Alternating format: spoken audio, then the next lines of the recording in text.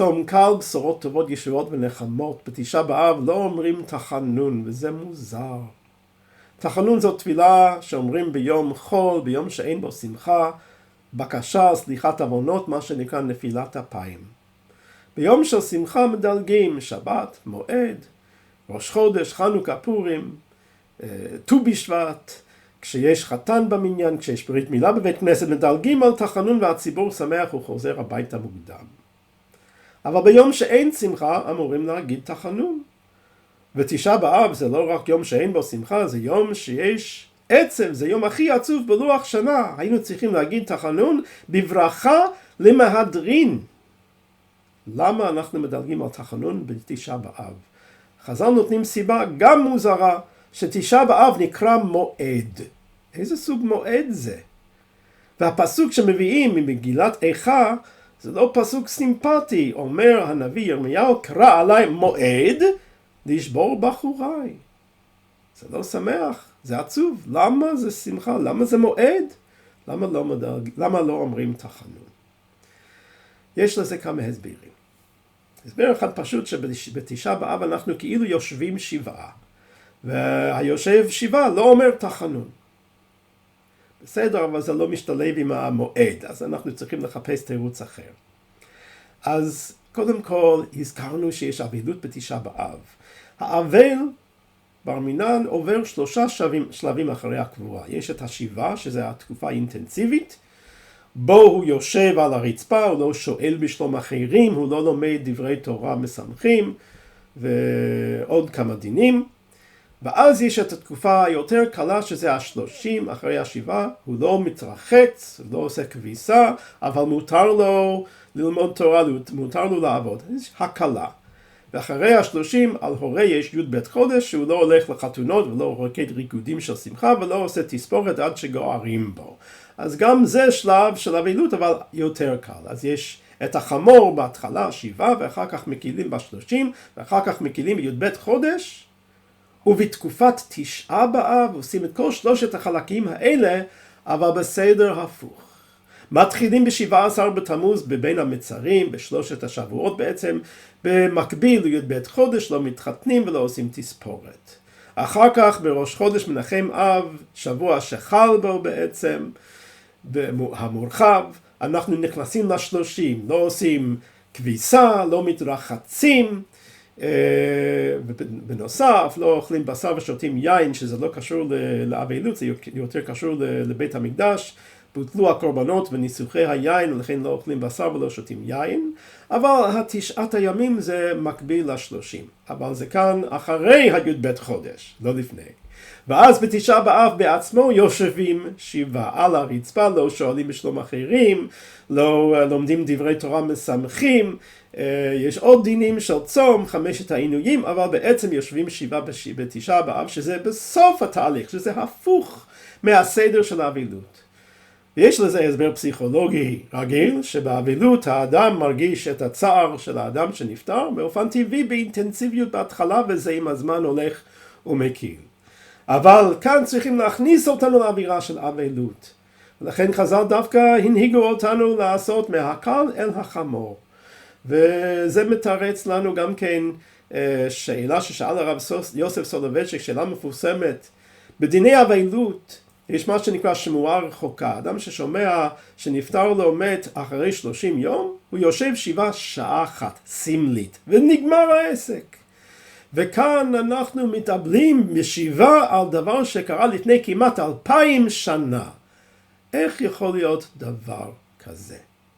אז לכן חז"ל הכניסו אותנו לאווירה של אבלות כאילו זה קרה עכשיו. כל דור אומרים חז"ל שלא נבנה בית המקדש בימיו כאילו נחרב בימיו. זאת אומרת זה קרה עכשיו. לכן אנחנו יושבים שבעה גם שזה לפני 2000 שנה, כי זה גם היום, כי היום עוד לא נבנה בית המקדש. אז על בסיס זה, אם אני הולך בסדר הפוך, אז אני הולך הפוך, אני גם יכול ללכת הפוך עד שהמת עוד לא מת, הוא עוד חי.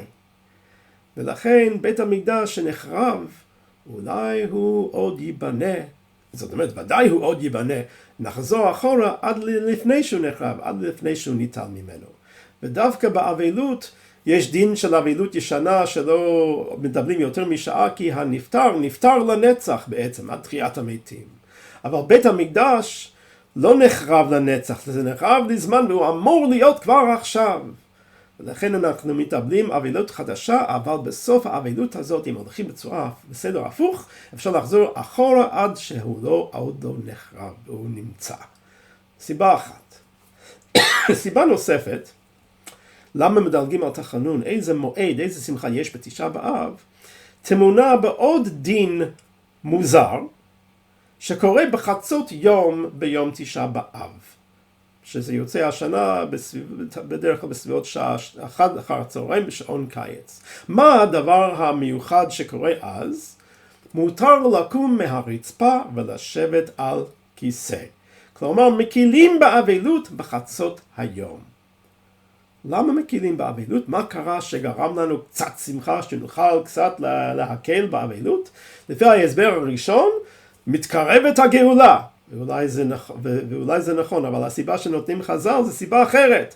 שבחצות יום איזה דבר משמח קרה, הוצתה אש בהיכל. בית המקדש התחיל להישרף. התחיל להישרף רק רגע. זו סיבה להחמיר. זאת אומרת, עד עכשיו בית המקדש היה עומד קיים, ואנחנו מתאבלים בשבעה, וכשהתחיל בפועל להיחרב, אז אנחנו מקילים באבלות, זה הפוך על הפוך. מה הסיבה לזאת? אז יש הסבר יפה שהקדוש ברוך הוא, כשראה שעם ישראל חטא, היה צריך להחליט את מי או מה להחריב. כי הרי העם חייב. ואם הקדוש ברוך הוא יכעס על העם, הוא יחריב את העם, לא יהיה עוד עם ישראל. אז הוא ריחם. והשליך את כעסו על עצים ועל אבנים. החריב את בית המקדש ואת העם הציל. ואנחנו חיים היום, צמים, מתאבלים בתשעה באב, אבל אנחנו פה. ועצם העובדה שאנחנו פה, זאת נקודת השמחה שיש בתשעה באב שמבטל את התחנון. ברגע שהקדוש ברוך הוא התחיל לשרוף את בית המקדש, הוא אפשר לרומאים בעצם ולבבליים בעצם לשרוף את בית המקדש, זה הרגע שהתברר לנו שעם ישראל יחיה וישרוד ויהיה. וזאת נקודה דווקא של נחמה, מקילים באבלות. אומרים, יש שמועות שהאויב חשב לתקוף אותנו בתשעה באב. וזה הזכיר לי מיד את המן הרשע, שגם הוא היה בפרס, שחשב כשיצא לו הגורל להשמיד את היהודים בחודש אדר, שזה סימפטי לו, זה טוב לו. למה? כי בחודש אדר נפטר משה רבם. אבל אומרים חז"ל שהמן טיפש היה, הוא שכח שבחודש אדר נולד משה רבנו.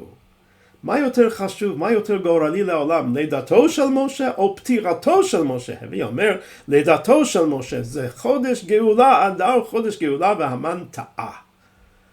הוא לא ראה את זה, וזה הפך לו על ראשו.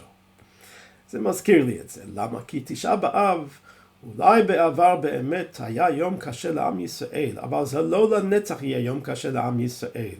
יש תמונה בו את הגאולה, את המועד במובן השמח. איך אני אומר את זה? הפסוק הוא מוזר.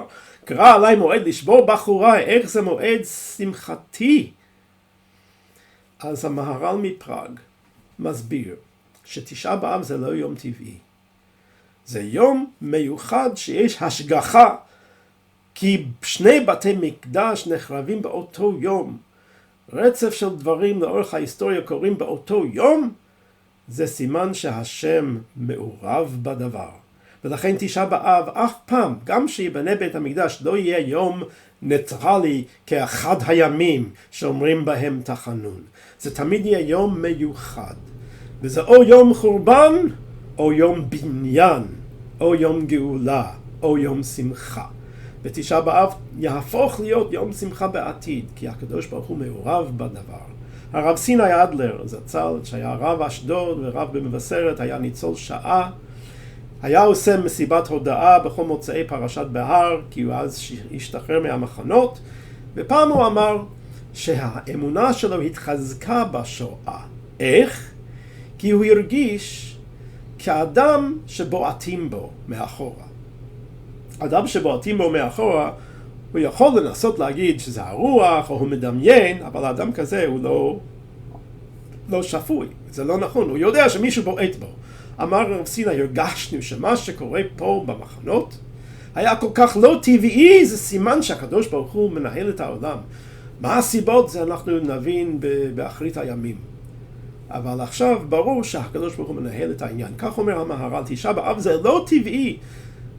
המילה מועד, לפי דברי הרב יוסף דוב סולובייצ'יק, דיברנו על זה בבית כנסת בפרשת אמור נראה לי, ששם יש אלה מועדי השם, ואז מתחיל עם שבת. שבת זה לא מועד. מועד אנחנו מבינים כמו חג, פסח, שבועות, סוכות, זה מועד. שבת לא מועד. אומר הרב סולובייצ'יק, מועד זה לא הכוונה חג, מועד זה מפגש. מועד זה מפגש. אוהל מועד, משה פוגש את השם. מועד זה המפגש עם הקדוש ברוך הוא. ובשלוש רגלים אנחנו פוגשים את השם בביתו בבית המקדש. אלה מועדי השם. אבל בשבת אנחנו גם פוגשים את השם בבית שלנו. בשבת שאנחנו מכניסים את השבת, השכינה נמצאת, אנחנו פוגשים את השם. אז מועד זה מפגש עם השם. ויכול להיות שמפגש עם השם זה גם שלילי, גם קשה. קרא עליי מועד לשבור באחוריי, זה גם יכול להיות מה שהרב סיני חווה, אבל זה יום שאנחנו פוגשים את השם.